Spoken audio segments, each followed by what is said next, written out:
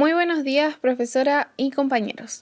El día de hoy, con mi grupo, conformado por Alexandra Casanova, Guillermo Cáceres y Lexis Carancio, les hablaremos sobre la neuroplasticidad y neurorehabilitación. El presente trabajo comprende el estudio de la neuroplasticidad, que es la acción del cerebro de poder cambiar de forma permanente, lo que da la oportunidad de adquirir y eliminar datos de forma continua. La neurorehabilitación, que es referida a una asistencia integral dirigida a personas que han sufrido una afectación derivada de una lesión neurológica. Y por último, se emplean evaluaciones neurológicas y musculoesqueléticas para determinar el estado funcional y cognitivo de cada persona. La intervención debe ser global, a través de un equipo multidisciplinar. Se analizará y se explicará cada uno de los términos nombrados anteriormente, la importancia de estos y cómo se relacionan con la terapia ocupacional. Historia. Al principio, Ramón y Cajal postuló que el cerebro cambia de forma permanentemente, lo que le da la oportunidad de adquirir y eliminar datos de manera continua, desde la concepción hasta la muerte. Ramón y Cajal fue apoyado por Lugano en 1906, quien definió el término plasticidad cortical refiriéndose a la capacidad que tiene el sistema nervioso de adaptarse a los insultos. Luego, entre 1960 y 1970, por medio de estudios de ultraestructura sináptica sobre los factores de crecimiento neuronal, los brotes axónicos y la potenciación a largo plazo en la sinapsis, el paradigma científico cerebral cambió de una comprensión del tejido nervioso como estructura rígida e inmodificable a una estructura más dinámica, adaptable y plástica.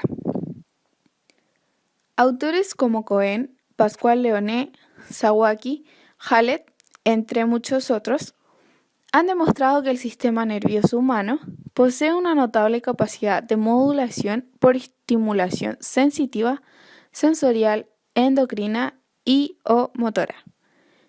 1990 hasta el 2010 se publicaron los principales avances en la terapia de células madres neuronales, factores de crecimiento nervioso y el papel de las enzimas en el sistema nervioso central. Bueno, si nos preguntamos ¿qué es la neuroplasticidad? Yo les diría que es la habilidad de hacer cambios adaptativos relacionados con la estructura y función del sistema nervioso, refiriéndose a los cambios fisiológicos que suceden como resultado de nuestras interacciones con el entorno. Gracias a este proceso, nuestras neuronas son capaces de cambiar sus conexiones y comportamiento en respuesta a nueva información, estimulación sensorial, desarrollo o daño de función. El proceso de neuroplasticidad provoca conexiones neuronales en respuesta a información proveniente tanto de experiencias mentales, recuerdos, emociones, habilidades, entre otras cosas, las cuales son representadas en el cerebro a través de conexiones sinápticas que forman el alambrado sináptico. Bueno, ahora les hablaremos sobre cómo funciona la neuroplasticidad. A medida que ganamos en experiencias y nuevas conductas, las conexiones sinápticas se fortalecen, mientras las que no se usan son eliminadas. Este proceso se le conoce como la poda sináptica. Las neuronas que utilizamos con mayor frecuencia desarrollan conexiones más fuertes y las que nunca o rara vez se utilizan eventualmente mueren. La neuroplasticidad permite a la neurona regenerarse tanto anatómicamente como funcionalmente y formar nuevas conexiones sinápticas. La plasticidad neuronal representa la facultad del cerebro para recuperarse y reestructurarse. Este potencial adaptativo al sistema nervioso permite al cerebro reponerse a trastornos o lesiones y puede reducir los efectos de alteraciones estructurales producidas por patologías como la esclerosis múltiple, Parkinson, deterioro cognitivo, enfermedad de Alzheimer, dislexia, trastorno por déficit de atención con hiperactividad, insomnio en adultos, insomnio infantil en niños, entre otras cosas.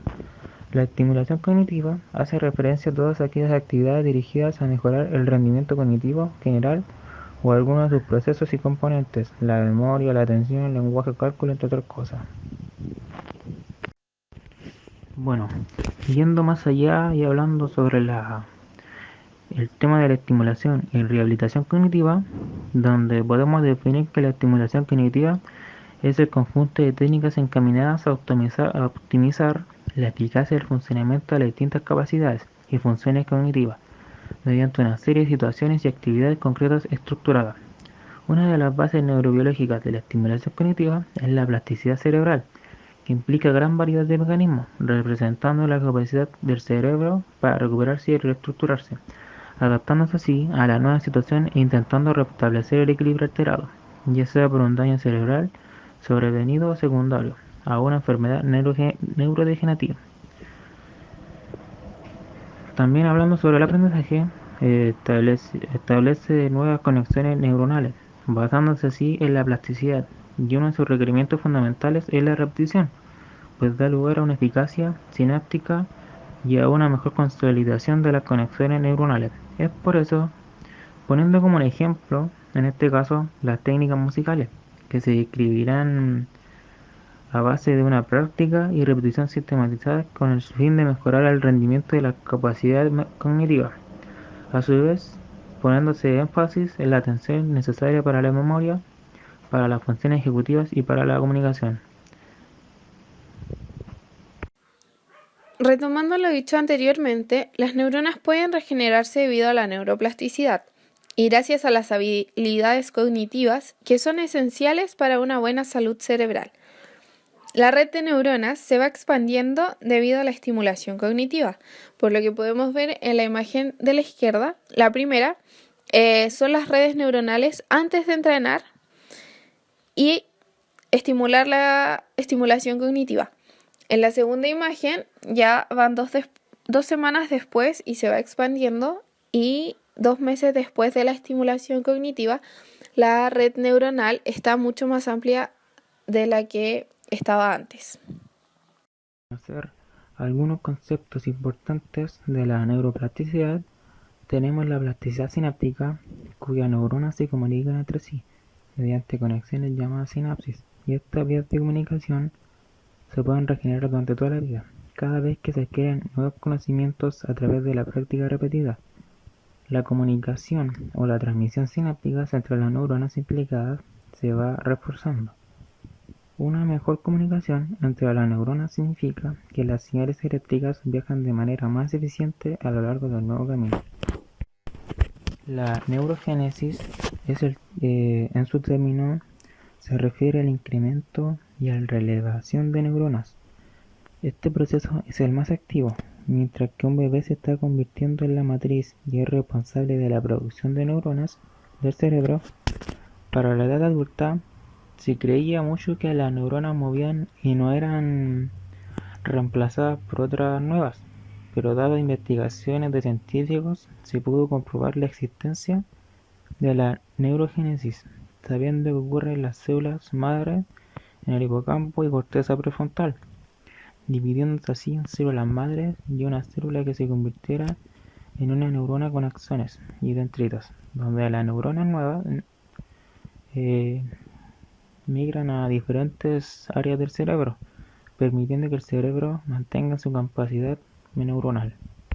Bueno, si hablamos sobre la plasticidad funcional compensatoria, podemos concluir que la disminución neurológica que acompaña el envejecimiento en los adultos mayores obtienen unos peores resultados que los adultos jóvenes en las pruebas de un rendimiento neurocognitivo hecho por científicos, donde sorprendentemente no todos los adultos mayores presentan un menor rendimiento.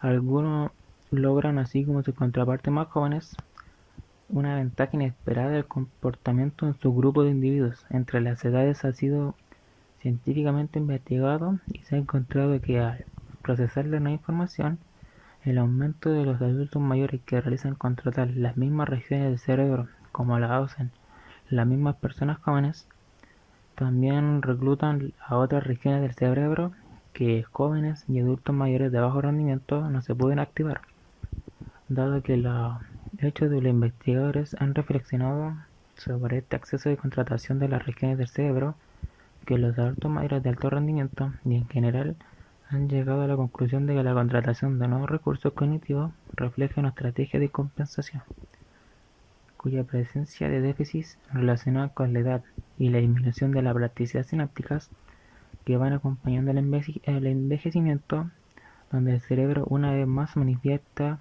su multifuente plasticidad para reorganizar sus redes cognitivas. Bueno, y por último, las funciones y el comportamiento que tiene la neuroplasticidad.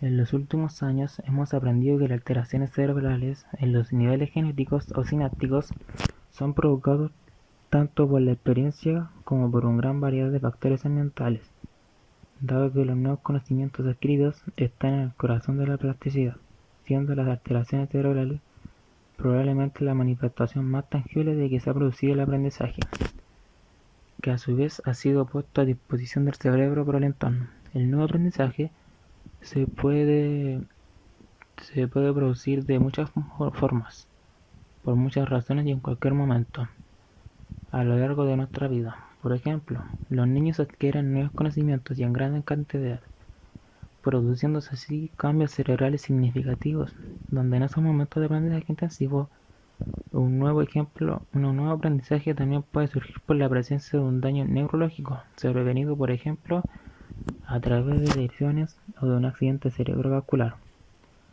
Cuando las funciones soportadas por un área cerebral dañada se deterioran y se deben aprender otra vez, la necesidad de adquirir conocimiento nuevo continuamente puede ser un tanto intrínseco para la persona, y quizás esté guiada por su sed de conocimiento. La multiplicidad de las circunstancias para que se ocasione un nuevo aprendizaje nos hace preguntarnos si el cerebro de verdad puede cambiar cada vez que se aprende algo nuevo. Neuromodulación. Se refiere a la capacidad de las neuronas de alterar las propiedades eléctricas en respuesta a los cambios bioquímicos. Es el resultado de la estimulación hormonal o sináptica. En la representación esquemática del lado derecho se demuestra la interrelación entre la neuroplasticidad y la neuromodulación, que son el fundamento para la ejecución de una adecuada neurorehabilitación. Por lo que la neurorehabilitación es un proceso activo por medio del cual los individuos con alguna lesión o enfermedad pueden alcanzar la recuperación integral óptima que permita el desarrollo físico, mental y social para integrarse a su entorno de la mejor manera posible. Se basa en las neurociencias y sus principios de actuación están fundamentados en la evidencia científica de la eficacia de los tratamientos. Su objetivo es estimular al sistema nervioso para que forme nuevas conexiones neuronales. Neurorehabilitación en terapia ocupacional. Las personas afectadas por una enfermedad del sistema nervioso la mayoría de las veces sufren limitaciones en la ejecución de sus actividades de la vida diaria, por lo que la labor del terapeuta va dirigida a obtener mayor grado de independencia y una vida más plena del usuario. Las enfermedades neurológicas constituyen un amplio grupo de las entidades que afectan al sistema nervioso y neuromuscular. Pueden producir discapacidad física, psíquica e incluso ambas, con carácter crónico y progresivo, produciendo una afectación del funcionamiento cognitivo, emocional, conductual y físico. Entre los trastornos más frecuentes encontramos daño cerebral adquirido, lesiones medulares, Parkinson, enfermedades neuromusculares como las distrofias musculares, esclerosis múltiples y la enfermedad del Alzheimer. Estas patologías de origen neurológico producen un gran impacto en la vida del usuario y de su entorno familiar, por lo que la intervención del terapeuta debe ser global y a través de un equipo multidisciplinar. La neurorehabilitación favorece la recuperación del sistema nervioso central debido a la neuroplasticidad cerebral, que se define como la capacidad de la célula del sistema nervioso para regenerarse morfológicamente y funcionalmente después de estar sujeta a influencias patológicas, permitiendo una respuesta adaptativa a la demanda funcional. Bueno, tomando en cuenta En consideración lo que hemos visto en este trabajo, como equipo concluimos que podríamos darle prioridad a la neuroplasticidad sin importar la edad en la que se encuentra el individuo, donde una rehabilitación cognitiva previene una posible enfermedad de Alzheimer e incluso la demencia, donde es posible crear y desarrollar nuevas conexiones neuronales. También el uso de practicar alguna actividad, donde la práctica de alguna actividad hace que nuestro cerebro se ajuste y se ejercite, ayudando así a la neuroplasticidad. De esta manera ir perfeccionando esa función, ya que se han creado nuevas conexiones. También durante la rehabilitación podríamos ver que se debe tomar en cuenta la edad del paciente, el entorno, el tipo de estimulación que ha recibido, la patología que padece para poder ejecutar un buen plan de terapia y así poder lograr conexiones neuronales y que las áreas corticales puedan activarse. También dentro de la neuroplasticidad y educación podríamos ver que la neuroplasticidad y la educación tienen una fuente de impacto a nivel cognitivo, ya que permite el desarrollo de destrezas del individuo.